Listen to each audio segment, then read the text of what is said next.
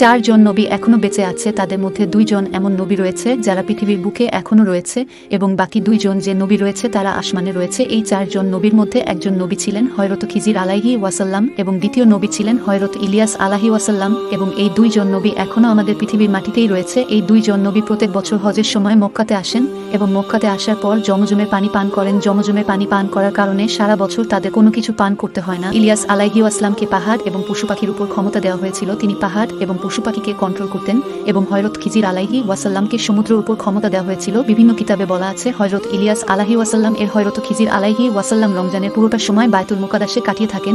যখন কিয়ামত কাছে চলে আসবে তখন তাদের রুহুকে কবজ করা হবে। এরপর বাকি 2 জন নবী আসমানে রয়েছে, তাদের মধ্যে একজন হলো হযরত ঈসা আলাইহি ওয়াসাল্লাম আর হযরত ইদরিস আলাইহি ওয়াসাল্লাম। হযরত ইদরিস আলাইহি ওয়াসাল্লাম এর সম্পর্কে বলা হয়ে থাকে তিনি প্রথম কাপড় বুনেছিলেন এবং বিভিন্ন রেয়াতে বলা হয়েছে তিনি প্রথম ব্যক্তি ছিলেন এই পৃথিবীতে লেখাপড়া এবং কলমের প্রচলন করেছিলেন।